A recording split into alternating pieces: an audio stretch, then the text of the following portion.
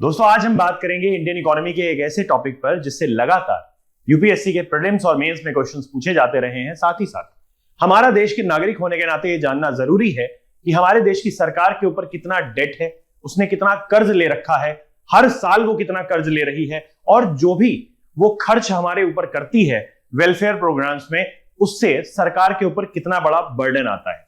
सरकार के इसी डेट या कर्ज को कंट्रोल करने के लिए, उसको नियंत्रित करने के लिए पार्लियामेंट में 2003 में एक एक्ट पास किया गया, एक कानून लाया गया जिसका नाम है fiscal responsibility and budgetary management act. UPSC aspirants के लिए तो इंपॉर्टेंट टॉपिक है ही, साथ ही साथ भारत के आम नागरिक के लिए भी यह जानना जरूरी है कि किस तरह देश का जो संसद है, संसदीय प्रणाली है, वो सरकार को कैसे नियंत्रित करती है।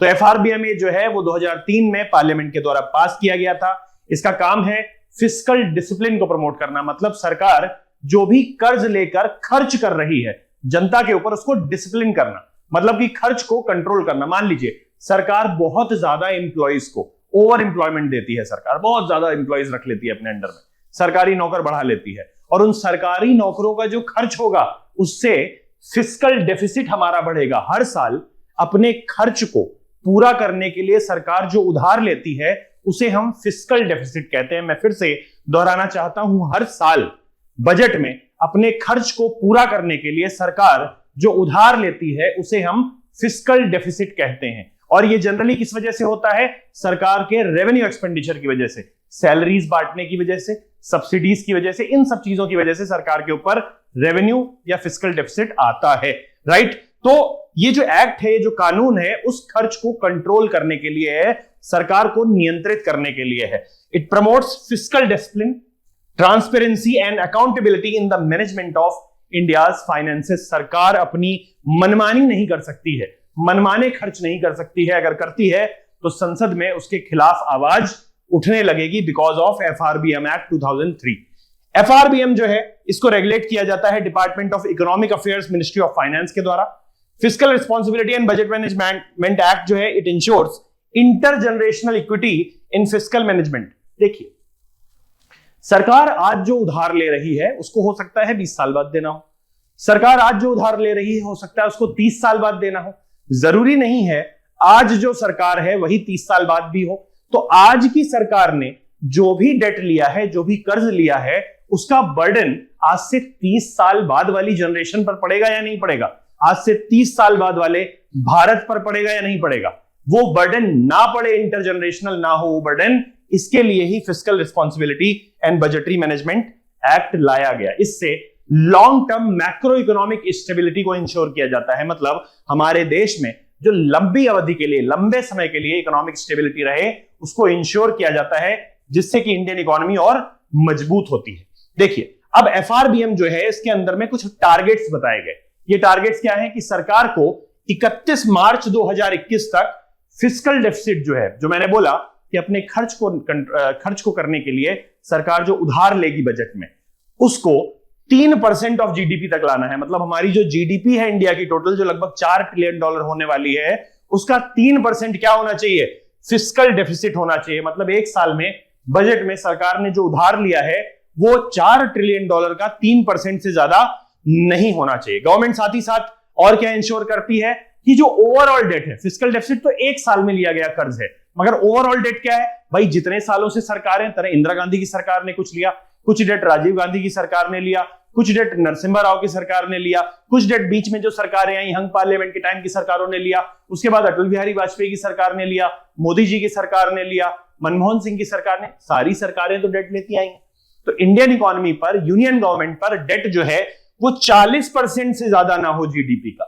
जीडीपी के 40% से ज्यादा अगर डेट है तो उसको कम करना है हमें। और जनरल डेट जो इंडियन इकोनॉमी में है, जनरल डेट का मतलब है उसमें सेंट्रल गवर्नमेंट द्वारा लिया गया कर्ज और स्टेट गवर्नमेंट द्वारा लिया गया कर्ज दोनों ही जोड़ दिए जाते हैं। वो जनरल डेट 60% से ज्यादा ना हो जीडीपी का बाय 2024-25। एडिशनल गारंटीज, मतलब सरकार जो गारंटीज देती है against the consolidated fund of India. मान लीजिए कंसोलिडेटेड फंड ऑफ इंडिया से जो भी पैसा उन्होंने सिक्योर किया उसके लिए सरकार गारंटी देती है, वो भी 0.5% ऑफ जीडीपी से ज्यादा नहीं होनी चाहिए। एक फाइनेंशियल ईयर में। साथ ही साथ union government is committed to avoiding the exceeding of fiscal targets after the specified target dates. 2003 में ये लाया गया था। अब देखिए 2003 के बाद पहला जो टारगेट रखा गया वो रखा गया 2008-9 का। 2008-9 में आप जानते हैं कि ग्लोबल फाइनेंशियल क्राइसिस आया था, पूरी दुनिया आर्थिक मंदी से जूझ रही थी, भारत में भी आर्थिक मंदी थी। उस आर्थिक मंदी को दूर करने के लिए भारत सरकार को ज्यादा खर्च करना पड़ा। अब जब ज्यादा खर्च करना पड़ा तो फिस्कल डेफिसिट बढ़ गया, राइट। फिर से एक बार रिवाइज किया गया कि भाई हम 2008-9 में तो ये टारगेट नहीं अचीव कर पाए, अब हम 2012 में इसको अचीव करेंगे। फिर गवर्नमेंट नहीं कर पाई, फिर से रिवाइज किया गया, उसको अमेंडमेंट किया गया कि 2015 में कर लेंगे। 2015 में डिमोनेटाइजेशन हो गया, 2016 में डिमोनेटाइजेशन हुआ, 2017 में जीएसटी आ गया। गवर्नमेंट ने बोला इतने बड़े स्ट्रक्चरल रिफॉर्म्स हमने किए हैं, हम अभी भी इसको अचीव नहीं कर पाएंगे। 2018 में भी वो अचीव नहीं कर पाए। 2018 के बाद उन्होंने बोला 2021 या 21 में कर लेंगे। 2020 में कोविड आ गया, फिर से गवर्नमेंट फिस्कल टारगेट्स को फुलफिल नहीं कर पाई और आज भी जो हमारा फिस्कल डेफिसिट है वो 2003 के टारगेट 3% के टारगेट से ज्यादा है, राइट। तो गवर्नमेंट को इनको टाइम टू टाइम रिवाइज करते रहना पड़ा है। The union government is responsible for prescribing annual targets, कि भाई हर साल के वो टारगेट यूनियन गवर्नमेंट खुद देगी, राइट, कि हम इस साल में इतना कम करेंगे अपने फिस्कल डेफिसिट को, for the reduction of fiscal deficit in case it exceeds the specified limit. साथ ही साथ एफआरबीएम में एक एस्केप क्लॉज भी जोड़ा गया। देखिए भारत एक ऐसा देश है जहां पर एग्रीकल्चर जो है वो मानसून पर बेस्ड है। मानसून नहीं आया तो सरकार को ज्यादा खर्च करना पड़ेगा एग्रीकल्चर पर, लोन वेव ऑफ करने पड़ेंगे, फार्मर्स को सपोर्ट देना पड़ेगा। साथ ही साथ हमारा जो खाद्यान्न है, हमारा जो फूड स्टोरेज है, उसको भी खाली करना पड़ेगा, इंपोर्ट करना पड़ेगा फूड को, फूड सिक्योरिटी को इंश्योर करने के लिए। हम वेलफेयर स्टेट है तो गवर्नमेंट का खर्च ज्यादा होता है। इसलिए किसी भी केस में अगर नेचुरल कैलेमिटी हो, किसी भी तरीके की नेचुरल कैलेमिटी आई हुई हो, या फिर नेशनल सिक्योरिटी का इश्यू हो, हम वॉर लाइक कंडीशन में हो, या जीएसटी जैसा कोई बहुत बड़ा स्ट्रक्चरल रिफॉर्म हमने कर दिया हो, तो ऐसे समय में, या फिर हमारी जीडीपी ग्रोथ बहुत कम हो गई हो, तो ऐसे समय में एस्केप क्लॉज दिया गया है 0.5% का, आधा परसेंट। मतलब अगर आपका टारगेट 3% है तो आप 3.5% तक फिस्कल डेफिसिट कर सकते हो, बट आगे जाकर के आपको उसको रिकवर करना पड़ेगा। किस केस में? अगर आपके यहां कोई प्राकृतिक आपदा आ गई हो, अगर आपके देश में वॉर छिड़ गया हो, क्योंकि हमारे दोनों तरफ हमारे बहुत पड़ोसी बहुत अच्छे हैं, राइट। उसके अलावा हमारे देश में अगर कोई बड़े स्ट्रक्चरल रिफॉर्म्स किए गए हों, साथ ही साथ या फिर हमारी जीडीपी की ग्रोथ जो है वो बहुत ज्यादा स्लो डाउन हो गई हो, ऐसे में हम क्या करेंगे? ऐसे में हम 0.5% ऑफ द जीडीपी तक डिविएशन कर सकते हैं। ये किस चीज की वजह से है? ये एक तरीके का एस्केप क्लॉज है अंडर एफआरबीएम, ठीक है। उसके अलावा ये रिस्पॉन्सिवनेस को इंश्योर करता है। The government must reduce the fiscal deficit bye at least 0.25% of GDP in response to significant real output growth. While deviations from fiscal deficit and debt targets occurred due to the COVID-19 crisis, the government has not proposed amending the FRBM Act. FRBM Act को further amend नहीं किया जा रहा है। Government ने एक target रखा है कि 2025-26 तक हम 4.5% फिस्कल डेफिसिट कर देंगे। आप सभी को पता है कोविड के समय गवर्नमेंट को बहुत सारे रिलीफ पैकेजेस देने पड़ गए, और उन रिलीफ पैकेजेस की वजह से जो ओवरऑल फिस्कल डेफिसिट है उस साल का 2021 का, वो 9.5% ऑफ जीडीपी हो गया, जिसकी वजह से हमारा फिस्कल डेफिसिट जो है वो काफी ज्यादा बढ़ गया।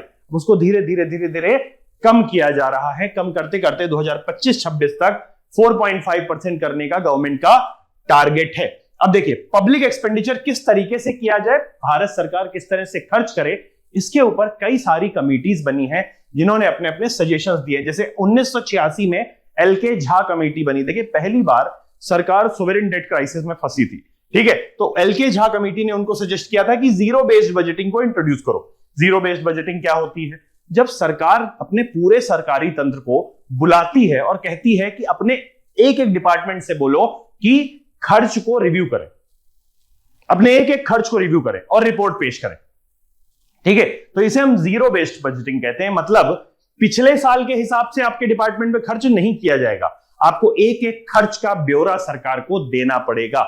स्क्रैच से जब हम बजटिंग करते हैं तो उसको हम जीरो बेस्ड बजटिंग करते हैं। साथ ही साथ एलके झा कमेटी ने यह भी बताया कि आप जो सब्सिडीज अपने मार्जिनलाइज्ड क्लास को दे रहे हो, वल्नरेबल सेक्शन को दे रहे हो, उसको एक बार रिव्यू करो। राजा चेलैया कमेटी बहुत ज्यादा इंपॉर्टेंट है, टैक्स रिफॉर्म्स पर आई थी 1992 में। इन्होंने बोला कि डायरेक्ट टैक्स कलेक्शन हमें बढ़ाना पड़ेगा, किसी भी तरीके से टैक्स इवेजन को कम करना पड़ेगा। गवर्नमेंट सब्सिडीज अगेन इनको रैशनलाइज करना पड़ेगा और non merit to merit subsidies देनी पड़ेगी। जैसे कि कई बार हम ऐसी सब्सिडीज देते हैं जिनका कोई फायदा नहीं होता है, तो हमें ऐसी सब्सिडीज देनी है जिनका डायरेक्ट फायदा हो, राइट। जैसे जो इनकम है डायरेक्ट बेनिफिट ट्रांसफर कर दिया जाए, बट वो पहले लोगों तक पहुंचती ही नहीं थी। ये मैं 1992 की बात कर रहा हूं, लेट मी टेल यू, तब कोई डिजिटल इनिशिएटिव नहीं लिया गया था, तब कोई डिजिटल इंडिया नहीं चल रहा था, लोगों के पास डायरेक्टली उनका पैसा नहीं पहुंचता था, सब्सिडी नहीं पहुंचती थी, बीच में जो सरकारी तंत्र है उसको खा जाता था। पांचवा पे कमीशन जो है उसमें नॉन प्लान गवर्नमेंट एक्सपेंडिचर को घटाने की बात कही गई, एफिशिएंसी ऑफ गवर्नमेंट एम्प्लॉयज को बढ़ाने की बात की गई। इसके लिए गवर्नमेंट एम्प्लॉयज को सैलरीज को भी बढ़ाया गया था, उनको एक तरीके का इंसेंटिव दिया गया था कि भाई फिफ्थ पे कमीशन में आपकी सैलरीज को बढ़ाया जा रहा है, अब आप ज्यादा एफिशिएंटली काम करिए, बट उससे कोई फायदा नहीं हुआ। इसके साथ ही साथ down size and right size work force in government sector, मतलब ओवर ज्यादा एम्प्लॉयमेंट नहीं देना है लोगों को, जितने लोग जरूरी हैं केवल उतने ही लोगों को एम्प्लॉय करना है, जरूरत से ज्यादा लोगों को एम्प्लॉय नहीं करना है, और जरूरत पड़े तो लोगों को कम कर देना है, उनकी एफिशिएंसी को बढ़ाना है। एक्सपेंडिचर मैनेजमेंट कमीशन बना 2014 में, उन्होंने बोला कि अपने गवर्नमेंट सब्सिडीज को रिव्यू कर दे, कि गवर्नमेंट सब्सिडीज लगातार हमारे यहां चर्चा का विषय बना रहा है। आज हम देख रहे हैं कि किस तरह गवर्नमेंट सब्सिडीज जो दी जा रही हैं वो डायरेक्ट बेनिफिट ट्रांसफर की वजह से ज्यादा एफिशिएंट हो गई हैं, राइट। इसके अलावा इन्होंने बोला better targeting and delivery of subsidies. इसके बाद ही डिजिटल इंडिया आया, प्रधानमंत्री जनधन योजना आई, डायरेक्ट बेनिफिट ट्रांसफर पॉसिबल हो पाया, आधार और सारे के सारे डॉक्यूमेंट एक दूसरे से कनेक्ट हुए। आप जानते हैं जनधन आधार मोबाइल जैम योजना के बारे में। 14 फाइनेंस कमीशन ने बोला कि स्टेट्स का शेयर जो है फिस्कल फेडरलिज्म को प्रमोट करने के लिए स्टेट्स का शेयर बढ़ाया जाए। पहले जो 26% केवल दिया जाता था वो बढ़ा करके 41% कर दिया गया, राइट। एनके सिंह कमेटी बनी फिर एफआरबीएम पर। एनके सिंह जो थे वो 15 फाइनेंस कमीशन के हेड भी थे, चेयरपर्सन भी थे। Let me tell you, NK Singh review committee, जिसने एफआरबीएम को रिव्यू किया कि भाई एफआरबीएम एक्ट आने से क्या हमें वाकई में फायदा हुआ है, क्या सरकार रिस्पॉन्सिबल हुई है, तो बिल्कुल हुई है। 2017 में एक कमेटी आई थी। ये सारे फैक्ट्स बहुत इंपॉर्टेंट है, लेट मी टेल यू, इनमें से कोई भी आपसे उठा करके प्रीलिम्स में पूछा जा सकता है, साथ ही आपके वैल्यू एडिशन का काम करते हैं मेंस के एग्जामिनेशन में भी। तो establish a clear fiscal road map for central and state governments, use fiscal deficit as the primary target for fiscal consolidation. इसके बाद इकोनॉमिक एडवाइजरी काउंसिल ने रिसेंटली 2021-22 की बात मैं कर रहा हूं, इकोनॉमिक एडवाइजरी काउंसिल जो प्राइम मिनिस्टर की है, उसने बोला कि गवर्नमेंट स्पेंडिंग को रैशनलाइज करना है, उसकी क्वालिटी को इंप्रूव करना है, और टेक्नोलॉजी और इनोवेशन को यूज करके पब्लिक एक्सपेंडिचर की इफेक्टिवनेस को हमें बढ़ाना पड़ेगा। इसके लिए सबसे पहला जो रिकमेंडेशन था वो रघुराम राजन जी ने दिया था। उन्होंने बोला था कि हमारे देश को एक इंडिपेंडेंट फिस्कल काउंसिल की जरूरत है, हमें एक फिस्कल काउंसिल की जरूरत है जो इंडिपेंडेंट हो। बट जब हमारे देश में fiscal stability and developmental council बनी तो उसके चेयरमैन खुद हमारे मिनिस्टर ऑफ फाइनेंस बन गए, राइट। मतलब मिनिस्टर ऑफ फाइनेंस की गलती से ही फिस्कल डेफिसिट हो रहा है, और उसको रिव्यू करने के लिए जो fiscal stability and developmental council जो बन रही है उसके चेयरपर्सन भी मिनिस्टर ऑफ फाइनेंस ही बन जा रहे हैं। मतलब चोर ही क्या है, कोतवाल, राइट। तो FSDC was set up in December 2010, 2008 में रिकमेंडेशन दिया था, 2010 में प्रणब मुखर्जी ने एफएसडीसी को एग्जीक्यूटिव ऑर्डर से पास कर दिया था। Union government as a non statutory measure in response to the global financial crisis of 2007-8 to address systemic risk to the financial stability of the country. बहुत इंपॉर्टेंट है, एफएसडीसी के बारे में आपको पता होना चाहिए। इनिशियली इसमें चेयरमैनशिप जो थी वो मिनिस्टर ऑफ फाइनेंस के पास थी, आज भी उन्हीं के पास है, और मेंबर्स जो चुने गए थे वो सारे के सारे मिनिस्टर ऑफ फाइनेंस से इन्फ्लुएंस्ड होते हैं। जैसे कि आरबीआई का जो हेड है, इरडा का जो हेड है, सेबी का जो हेड है, और pension fund regulatory and development authority PFRDA का जो हेड है, यही सारे के सारे लोग जो मिनिस्टर ऑफ फाइनेंस से पूरी तरह इन्फ्लुएंस्ड होते हैं उनको मेंबर बना दिया गया था। अदर मेंबर्स कौन कौन से हैं? Finance secretary, chief economic adviser and secretary to the department of financial services, ये सारे के सारे एफएसडीसी के मेंबर्स थे। इसको फर्दर कुछ लोग ऐड किए गए 2018 में, गवर्नमेंट ने इसको रिकॉन्स्टिट्यूट किया। इसमें minister of state responsible for department of economic affairs add किए गए, secretary of the department of electronics and information technology को ऐड किया गया, रेवेन्यू सेक्रेटरी को ऐड किया गया, insolvency and bankruptcy board of India के चेयरमैन को ऐड किया गया, जिससे इसके होराइजन को और बड़ा बनाया जा सके, और साथ ही साथ इसमें हम इंफॉर्मेशन टेक्नोलॉजी का भी यूज कर सके। आईबीसी के चेयरमैन को भी आप देख रहे हैं कि इसमें यूज किया गया, ठीक है।